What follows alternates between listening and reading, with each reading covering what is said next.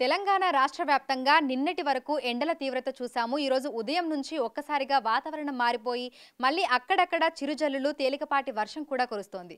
అయితే మళ్ళీ పరిస్థితులు మారడానికి గల కారణాలు ఏంటి? రానున్న రోజుల్లో పరిస్థితి ఏ విధంగా ఉండే అవకాశం ఉంది?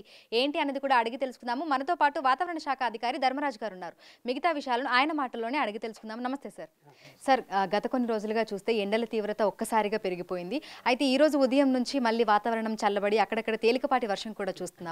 అయితే ఏం జరుగుతుంది అంటారు?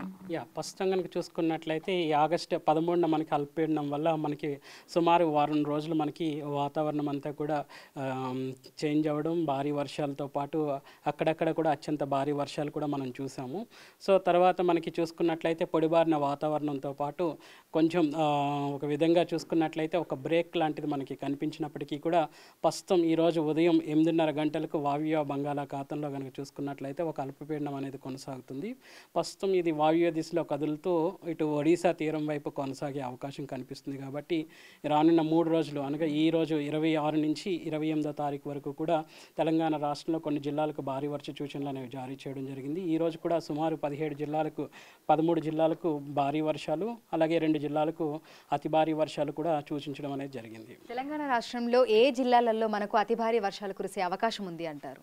ముఖ్యంగా చూసుకున్నట్లయితే ఈరోజు జయశంకర్, భూపాలపల్లి, ములుగు ఈ యొక్క 2 జిల్లాలకు కూడా అతి భారీ వర్షాలు సూచన అనేది కనిపిస్తుంది. మిగిలిన ఇటు కొమరం భీం నుంచి చూసుకున్నట్లయితే మంచిర్యాల, పెద్దపల్లి, కరీంనగర్, ఇంకా భద్రాద్రి కొత్తగూడెం, ఖమ్మం, మహబూబాబాద్, వరంగల్, హనుమకొండ, జన్గాన్, ఇంకా చూసుకున్నట్లు భద్రాద్రి కొత్తగూడెం, నల్గొండ ఈ యొక్క జిల్లాలకు భారీ వర్షాలు, మిగిలిన జిల్లాలు కనుక చూసుకున్నట్లయితే తేలికపాటి నుంచి మోస్తరు వర్షాలు కురిసే అవకాశం అయితే కనిపిస్తుంది.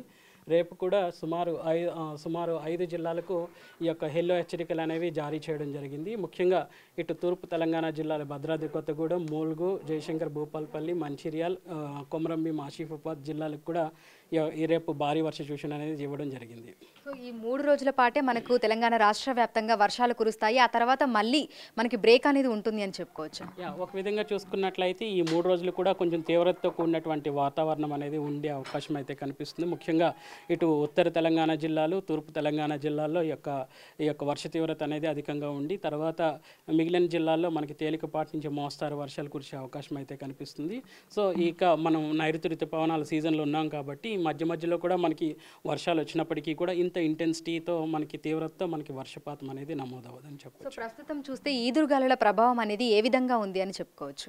ఒక విధంగా చూసుకున్నట్లయితే ప్రస్తుతం ఈదురుగాలు అనేవి రాష్ట్రం అంతటా కూడా 30 నుంచి 40 కిలోమీటర్ల వేగంతో గంటకు వీచే అవకాశం అయితే కనిపిస్తుంది. వీటితో పాటు గత 2-3 రోజులుగా చూసుకున్నట్లయితే ఉష్ణ తీవ్రత కూడా ఈవెన్ సిటీలోనే మనకి 31 డిగ్రీల వరకు కూడా ఉష్ణ తీవ్రత అనేది కొనసాగుతుంది.